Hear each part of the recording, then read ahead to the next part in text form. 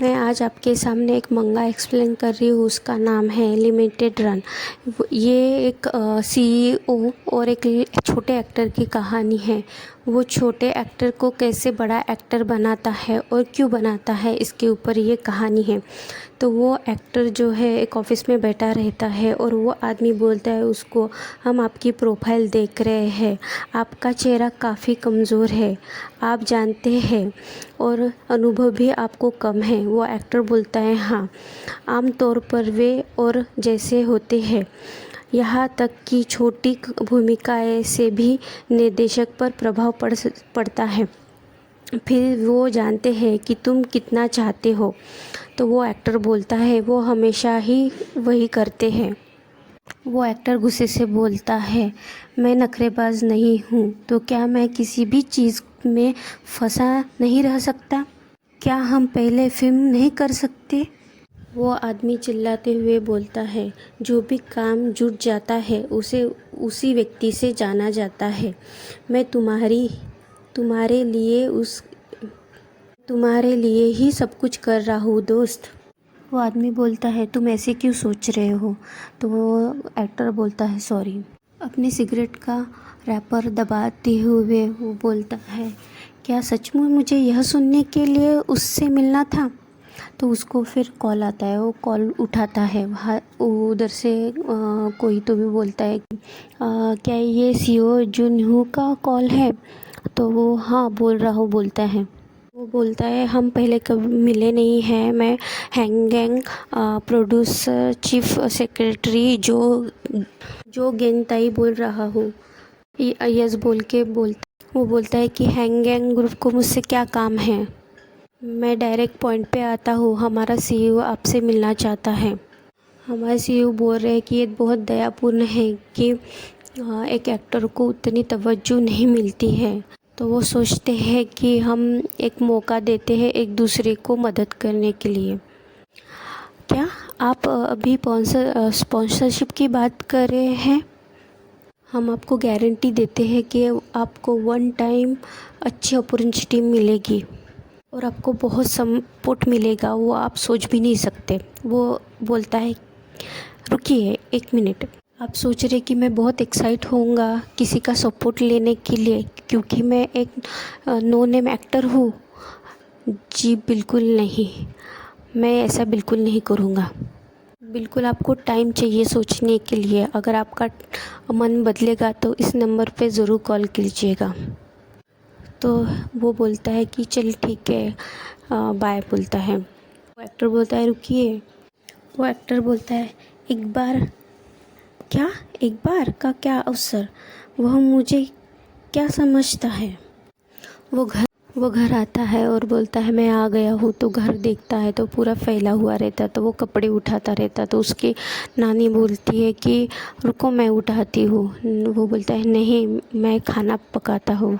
ऐसा बोल के फिर वो खाना सभी लोग खाने बैठ जाते हैं। एक आदमी मुझे बोल रहा था कि मैं हैंगगैंग का सेक्रेटरी हूँ और मुझे कुछ स्पॉन्सरशिप के लिए बोल रहा था। वो बोलता है, मैं सब काम को देखा है। उसका भाई बोलता है, डैड क्या आपको पता नहीं है कि स्पॉन्सरशिप क्या होती है? अगर आप किसी रिच लेडी को डेट कर रहे हैं तो आपको उसी से ही चिपका रहना पड़ता है। उसका भाई बोलता है, वाह, फिर तो तुम्हें मेन लीड मिलेगा ड्रामा में और फिल्म में। उसके डैड बोलते हैं, क्या ये सही है? फिर उसका भाई बोलता है, वाह, क्या सही में हैंगगैंग कंपनी बहुत बड़ी है? वाह, तो फिर अब क्या तुम करोगे भाई? वो बोलता है, क्या आप हैंगगैंग कंपनी को जानते हो? तो उसके पिता बोलता है, तुम तो लॉटरी जीतने जैसे हो गए हो, है ना? योंगहू बोलता है, क्या? तो आप क्या बोल रहे हो कि मैं अपनी बॉडी सेल करूं?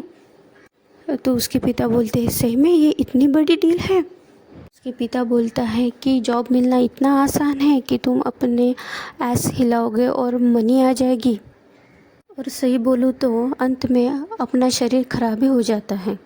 उसके पिता बोलते, तुम भी मेरी तरह एक बिग शॉ बनने वाले हो। अपनी पिता को धन्यवाद बोलो। वो बोलता है हाँ सही में। उसका भाई बोलता है भाई हम यहाँ से दूसरी जगह जाते, यहाँ से दूर, बहुत दूर अच्छी जगह पे। यंगू चिल्लाते हुए बोलता है इनफ, यदि तुम लोग यही चाहते हो तो पहले जाओ, पहले खुद को बेचो, अगर ये अच्छा है तो तुम्हें यही करना चाहिए। उसके फादर बोलते हैं तुम इतना क्यों गुस्सा हो रहे हो। वो उठ के चला जाता है और बोलता 400 और जाके बाहर सिगरेट पीता है और बोलता है ये किसकी गलती है कि हम इस जगह पे रह रहे हैं। कि ये क्या नॉर्मल है कि एक पिता अपने बेटे को स्पॉन्सरशिप लेने के लिए बोल रहा है। सही में मैं ये सब नहीं चाहता हूँ। अंदर से आवाज़ नहीं आती तो ये यंगू जाके देखता है कि सब कुछ शांत क्यों है। कुछ गुंडे उसके घर में आके एक पेपर दिखाते हैं और बोलते हैं कि ये देखो हमने पहले ही सब कुछ देख लिया है, तुम बस इस पे साइन करो, ऐसे उसके फादर को बोलते हैं। फिर यंगू अंदर आता है और बोलता है यहाँ क्या हो रहा है।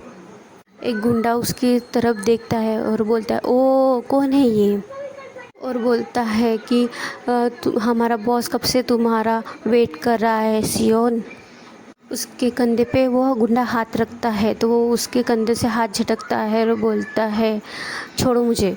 उसके फादर बोलते हैं बेटा योन प्लीज़ इनको बोल दो कि ये बोल दो बॉस चाओन ये 8,000 है ना, ये मेरा बेटा एक साथ ही चुका देगा। यंगू चौंक के बोलता है क्या। फिर वो बॉस को बोलता है कि आप प्लीज़ बाहर चलिए, मैं सब कुछ आपको एक्सप्लेन करता हूँ। वो बोलता है कि तुम्हारे पिता पागल हो गए हैं क्या, तुमने लॉटरी जीती है। वो बॉस सिगरेट पीता हुआ बोलता है कि क्या वो मुझे अपना फ्रेंड समझता है कि क्योंकि मैं कभी कभी यहाँ आता हूँ शिट बोलता। यंगू बोलता है कि मैं अभी ये बोलूँगा कि मैं तुम्हें अभी पैसे देता हूँ तो ये बोलना बहुत गलत होगा। बॉस बोलता है हाँ ये बहुत इंटरेस्टिंग है पर वो ऐसे क्यों बोले, और बोलता है कि आपने मेरे पिताजी को कई बार उस अवस्था में देखा है और हम आपको हर महीने वापस भुगतान कर रहे हैं ताकि आप अचानक आना बंद कर सकें। बॉस यंगू को ज़ोर से पंच मारता है और बोलता है तो क्या तुम लगता है कि अभी मुझे लिफ्ट कर देना ही काफ़ी है, क्या यही है। तुम्हें लगता है कि अभी मुझे लिफ्ट कर देना ही काफ़ी है, क्या ये चाहे वह बेटा का पिता ही क्यों ना हो। तुम दोनों मुझे परेशान करने में बहुत माहिर हो। योंगहू को फिर से पंच मारते हुए बोलता है क्या तुम्हें कोई आइडिया है तुम्हारे पिता को कितने पैसे भरने हैं। उसके बाल पकड़ के बोलता है ये देखो मैं तुम्हें बताता हूँ कि तुम्हें इंटरेस्ट हर महीने कितने भरना है एक्टर सीओ। चाकू उसके पेट को लगाते हुए बोलता है तुम सच में पैसे भरने हैं, वह प्रिंसिपल है। आप जानते हो हमारे पास इससे बचने का एक और आसान तरीका है। यंगू बोलता है छोड़ो मुझे। उसके पेट के पास चाकू लेके बोलता है कि ये दो चलो छोड़ो, मैं देखकर भी अनदेखा करूँगा। तुम सच में बहुत सुंदर हो पर इसलिए मेरे साथ कोई चालाकी मत करना। वो गुंडा उसका गला पकड़ लेता है और बोलता है बताओ मुझे। फिर उसे छोड़ के चला जाता है और सोचता है मुझे सबसे पहले अपने पिता का कर्ज क्यों चुकाना होगा। अगर मैं चुकाता भी हूँ वो फिर से भाग जाएंगे जुआ खेलने के लिए। अपना मुंह पोंछते हुए बोलता है कि वो मुझसे क्या चाहते हैं, और वहीं पे नीचे बैठ के सोचता रहता है कि क्या इसका कोई अंत है। और उसके पापा ने जो बोला था उसे वो सब याद आता है। फिर वो सोचता है और बोलता है मैं अपनी आँख बंद करके ये सब एक बार करूँ। अभी मैं कुछ नहीं कर सकता, अभी जो हालात हैं। वो कंपनी में जाते हुए बोलता है मुझे नहीं पता आगे के क्या होगा अगर मैं वह कर चुका भी दूँ। मुझे ज़रूरत है उन्हें जुआ खेलने से रोकने की। अगर मुझे मारना भी पड़ा तो। वो सोफे पे बैठा रहता है तो एक आदमी उसके पास से जाते हुए बोलता है, ये कमीना कोरियर क्यों वापस आ गया मुझे परेशान करने के लिए। एक आदमी उसे अंदर बुलाता है, मिस्टर यंगहू प्लीज़ अंदर आइए। वो अंदर जाता है। एक हैंडसम सा बंदा बैठा रहता है चेयर पे और बोलता है, मिस्टर सिंह और बोलता है, तुम एक्टर हो मिस्टर सियो यंगहू। वो मन में सोचता है, वो आदमी उसका प्रोफाइल देखता रहता है और ये सोचता रहता है कि यह क्या है, मतलब मैं स्पॉन्सरशिप एक आदमी से लूँगा। तो वो असिस्टेंट उसके पास आता है। वह असिस्टेंट बोलता है, आपसे मिलके अच्छा लगा, ये सीईओ नो जोहॉक है। वो बोलता है अच्छा। वो असिस्टेंट बोलता है कि पहले जो इन्फॉर्मेशन दी थी आपको फ़ोन पे, क्या वो अभी आप एक्सेप्ट करते हो। वो बोलता है कि अगर आप रिफ्यूज़ भी करते हो तो भी आपके लिए डिसएडवांटेज नहीं होगा। हम आपको और अच्छे से एक्सप्लेन करेंगे अगर आप ये एक्सेप्ट करते हो तो।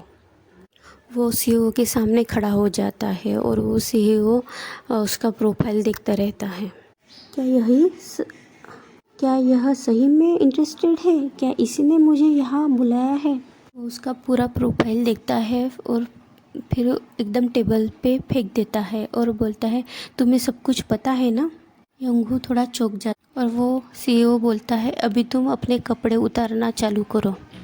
और यहीं पे ये चैप्टर ख़त्म होता है। प्लीज़ अगर आपको मेरा एक्सप्लेनेशन अच्छा लगता हो तो प्लीज़ मुझे सब्सक्राइब करिए। Thank you.